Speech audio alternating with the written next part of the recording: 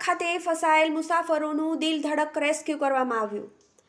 ભાવનગરના ઘોઘા નજીક આવેલા કોળિયાક ખાતે ગઈકાલે સાંજે તામિલનાડુના મુસાફરોની બસ પાણીના પ્રવાહમાં ફસાઈ હતી, જેને લઈને તંત્ર દ્વારા રેસ્ક્યુ કામગીરી હાથ ધરવામાં આવી હતી, જેમાં 8 કલાકની ભારે જહેમત બાદ બસમાં સવાર 28 મુસાફરોને બચાવી લેવામાં આવ્યા હતા। તંત્ર દ્વારા ટ્રક દ્વારા બચાવ કામગીરી કરાઈ હતી, જેમાં ટ્રક પણ ફસાયો હતો, જેમાં ટોટલ 37 લોકોને ટીમ સહિત ક્રેનની મદદથી બચાવી લેવામાં આવ્યા હતા।